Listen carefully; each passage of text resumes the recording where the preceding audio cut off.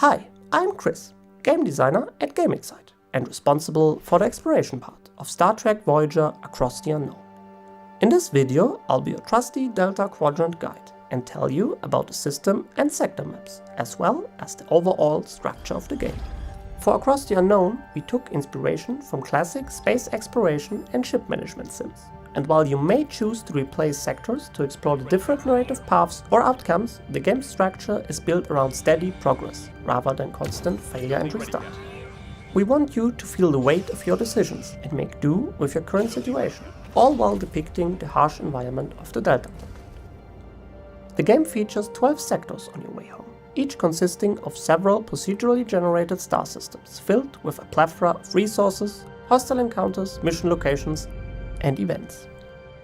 Once you enter a new system, you should start by scanning your surroundings. This will give you more information about the different points of interest and help you to locate important resources.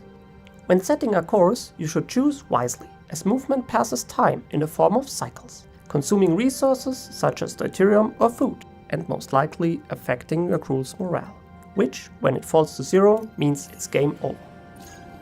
On your way through the Delta Quadrant, you will encounter some systems that feature additional hazards, such as asteroid fields or neutronic storms. These can wreak havoc on your ship or crew the longer you fly through them. Nebulas can also be tricky, as the interferences with our systems prevent scanning, and thus we can never be certain on what awaits us. These phenomena are just some of the many examples where your ship build directly affects exploration gameplay. Upgrading your main deflector will reduce the hull damage taken by asteroids.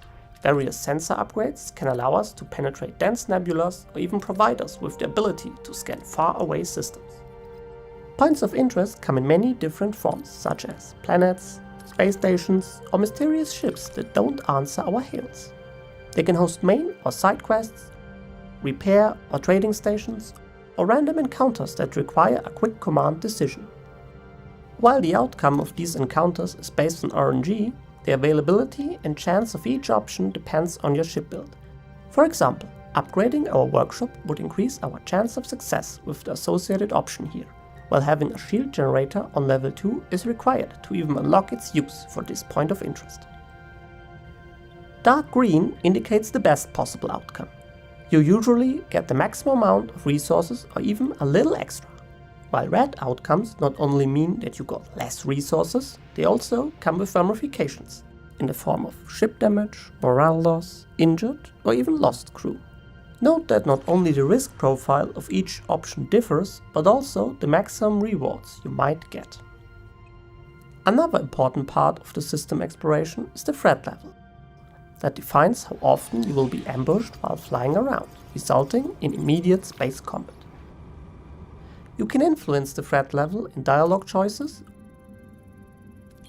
or by giving resources to a local faction using the Aero Shuttle. Sometimes during main or side missions there will arise the need to send a team of up to 3 heroes on an away mission. These are realized in a visual novel style but still possess tactical depth. Featuring multiple challenges, you have to choose how to solve the different situations and which heroes you want to assign. The success chances are based on their attributes, and some options are only available for characters with certain traits. Always taking the choice with the highest chance might, however, not be the best option for you. Rather think about which resource you currently need the most, or if your choice influences the story. Also be careful when using the same heroes back to back, as they get fatigued, lowering their attributes for the next challenge. And if the challenge fails, heroes might get injured or can even die. You may progress to the next sector after completing the main mission, but often have the choice to remain in the sector longer to continue exploration and gather additional resources. But beware, your crew grows increasingly restless if you stay longer within a sector, dragging down your morale.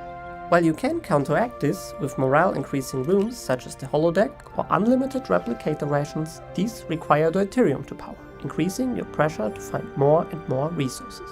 Ultimately, our design goal was that you can hardly explore the whole sector. Instead, you have to balance the resource gathering against the morale of your crew. This makes it an important decision when to move on. Thank you for watching this video. and we hope to see you in the Delta Quadrant soon.